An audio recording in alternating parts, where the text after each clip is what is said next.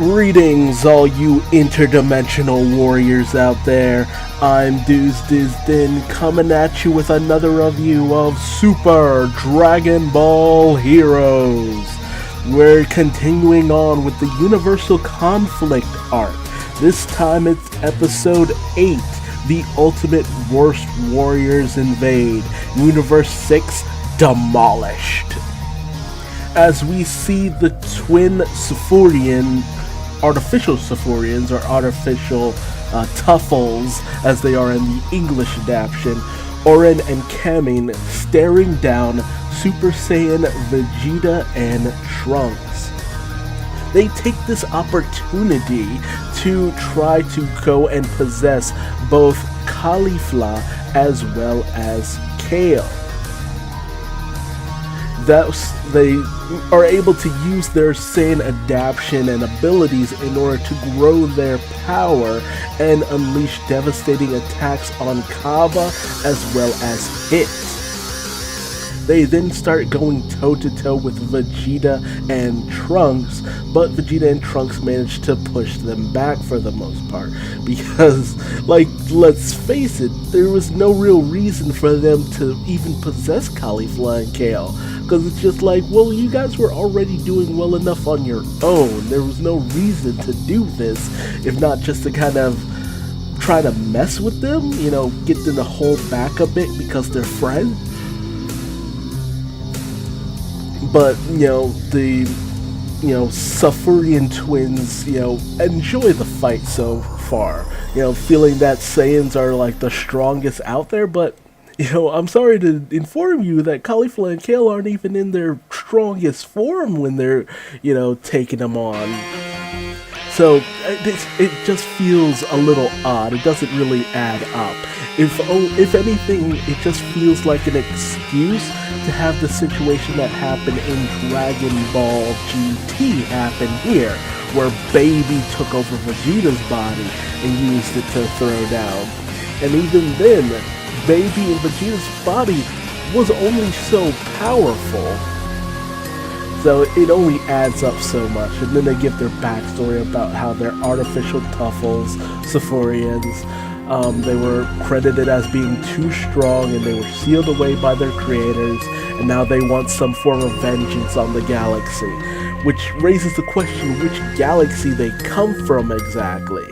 Do they come from Universe 6 specifically, where the Saiyans never invaded the Sephorian homeworld, and thus, the Sephorians were given time to grow and adapt and continue on, and eventually they created what was created in Dragon Ball GT, the artificial Tuffle Sephorians, and all that good stuff, or maybe some other universe out there. And, ultimately, if your only goal was just to create havoc throughout the universe, then obviously there was a reason for you to feel just creates a lot of issues.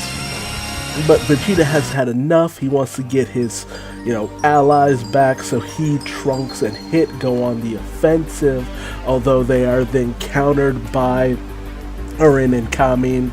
And while Hit and Trunks go in to go hand to hand with the two, Vegeta charges up I guess it's a special, a final flash, and he unleashes it on the two, and just before it hits, Oren and Kamin, vacate Caulifla and Kale's bodies. And they're pretty much down for the count for the most part, taking the brunt of that attack. But then Oren and Kamin are just like, yeah, that really did nothing for us. We were just doing it to mess with you. So it shows the sadistic nature that the two have. Once again, very, very akin to how Androids 17 and 18 were in the Future Trunks timeline. And then suddenly we are met by, everyone just being, having a force kind of pushed down on them, pinning them to the ground.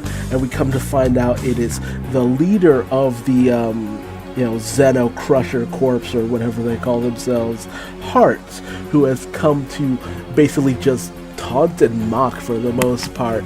You know, it kind of makes you wonder why he even showed up here, if not just to reveal himself as a whole. But he says he and his people are here in order to get rid of the Omni King, the Kaioshin, the gods of destruction, and give true freedom to all mortals. But Vegeta kind of calls him out on this. It's just like, you're going around destroying various innocent mortals. How do you call this freedom? But Hearts is just like, well, yeah, you're right, I'm a hypocrite. And then he just goes on to just create this cube that he puts around a random planet. I don't really know the significance of this planet, and he, you know, squeezes down and destroys it. But it's just like, well, what was the point of this?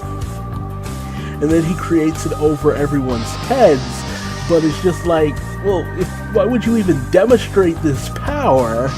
You know, it's just like, just do it and be done with them. But Oren and Kamin are apparently just having fun with everyone, just throwing down, so they ask Hearts to back off. Hearts agrees, and he decides that he and Zamasu will move on to the next universe in order to continue to develop their, universe seed, which I guess is the thing that's going to help them completely destroy the Omni King and the various gods out there.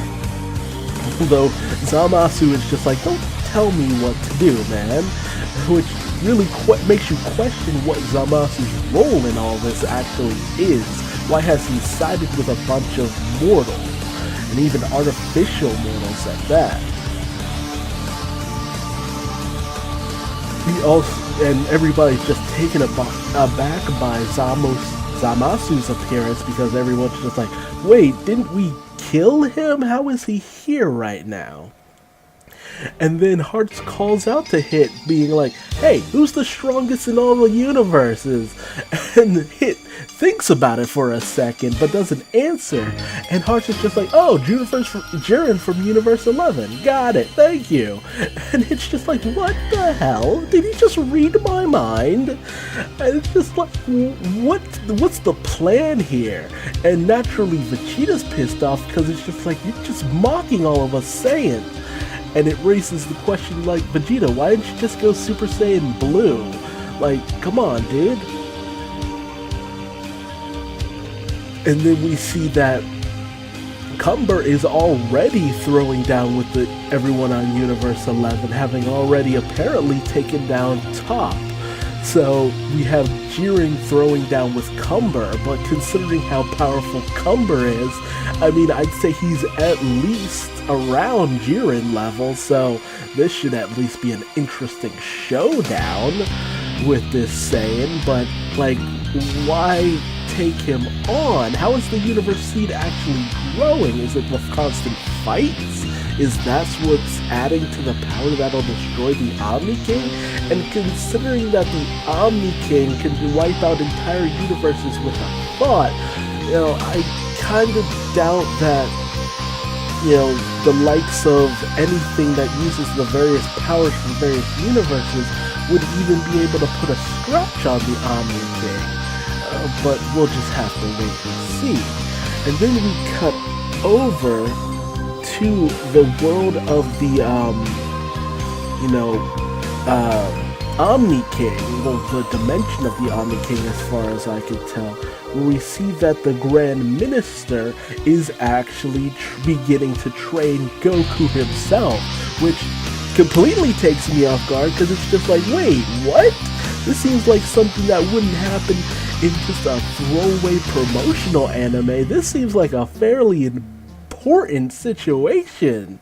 It's very weird, very odd. A lot of just out there things and situations just going down here and there that just really makes you wonder what's going on in the grand scheme of things. Where is all of this leading to? You know, I doubt anyone's actually gonna get killed, and anyone significant is gonna get killed in a series that is just there to promote a different series. And honestly, I'm actually kind of bummed by this plot, because meanwhile, at the end of this episode, we're given a promotion for the Dragon Ball Heroes game where we see the Demon Realm is going in hard, fast, and strong. And I'm like, man, I actually care a little bit more about that plot line because I'm sorry, I would love to see them throwing down with the Demon Realm.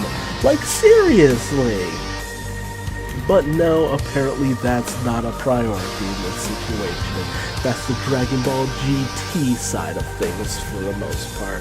You know, the other side of Trunks and his allies. We're dealing with the Super aspect, which has Hearts and his squad of villainous baddies, which is alright for the most part. It's just, I have no idea where any of this is going or what it's really leading up to.